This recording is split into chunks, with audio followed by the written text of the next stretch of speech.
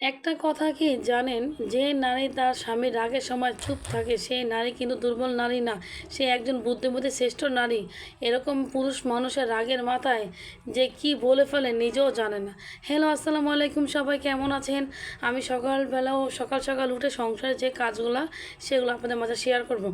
তো প্রথমত আমি বিছানাটা গুছিয়ে ড্রেসিং টেবিলটা গুছিয়ে তারপর এখন খাবার টেবিলটা গুছিয়ে তারপর আমি আপনার রুমটাকে ঝাড়ু দিব। তো আমার রুমে চলে আসলাম। এখন রুমটাকে ঝাড়ু টাড়ু দিতেছি, ধার দিয়ে মানে পুরো বাড়িটাই ঝাড়ু দেবো। আপনারা তো দেখতেই পারতেছেন। তো ঝাড়ুটা দেওয়া গেছে, এখন আমি রান্নাঘরে চলে আসলাম। কী কী রান্না করবো সেটাও আপনাদের কাছে শেয়ার করলাম। সেটা হলো আজকে মুরগি দিয়ে পেঁপেতে রান্না করবো। তো পেঁয়াজটা দিয়ে দিলাম, নাড়াটা দিয়ে ময় মশলা দিয়ে দিলাম। ময় মশলাটা দেওয়ার পরে গরম মশলাটাও দিয়ে দিলাম। এখন গুঁড়োটাও দিয়ে দিতেছি গরম মশলাটা। তো একটু রান্না করলে ফ্লেভারটা সুন্দর সুন্দর ঘ্রাণ আসে, আমার কাছে খুব ভালো লাগে। তো আমি অন্যদিকে যে পেঁপে তরকারিটা রান্না করব, তো একটু পেঁয়াজটা দিয়ে দিলাম, চিংড়ি মাছটাও দিয়ে দিলাম। এখন কিছুক্ষণ লাড়াটাড়া দিব। দেওয়ার পরে মনে করেন আমার আবার একটা জিনিস কি স্বভাব খারাপ, সেটা হলো চিংড়ি মাছ দিয়ে আমি সব কিছু খেতে আমার ভালো লাগে। এটা আমার সবচেয়ে ফেভারিট জিনিস।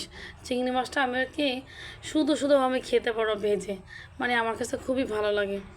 তো অন্যদিকে দেখেন আমি আপনার মুরগিটা পেঁপেটা সিদ্ধ হয়ে গেছে, এখন মুরগিটা দিয়ে লাড়াচাড়া দিতেছি। দেওয়া হয়ে গেলে তারপরে কিছুক্ষণের জন্য আমি ঢেকে দিব। ঢেকে দেওয়ার পরে আবার কিছুক্ষণ পরে আমি উঠিয়ে নিব। উঠানে কষানো হয়ে গেলে দেখেন একটু প্রায় সিদ্ধ হয়ে আসছে। এখন কষিয়ে আমি পানিটা দিয়ে দিব। তো পানিটা দেওয়া হয়ে গেলে আমি আবার ঢেকে দিয়েছি।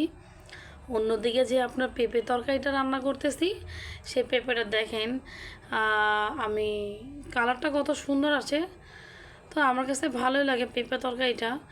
আর কার কাছে কেমন লাগে সেটা আমি জানি না, কিন্তু আমার কাছে পেঁপে তরকারি আর চিংড়ি মাছ হলে আমি 2 প্লেট ভাত খেতে পারি, মানে আমার অনুযায়ী।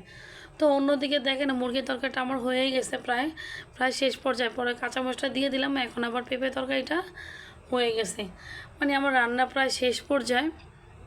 দেখেন মুরগির তরকারিটা হয়ে গেছে, পেঁপে তরকারিটা হয়ে গেছে। আর আমার একটা স্বভাব কি জানেন আপুরা, আমি কাঁচামরিচটা সবার লাস্টে দিই। তো ভাবলাম আপনার ভাইয়া বাসায় আছে আজকে, তো বলতেছে আমাকে তো 2 পদ তরকারি হবে না, তো আরেক পদ একটু বেশি রান্না করো।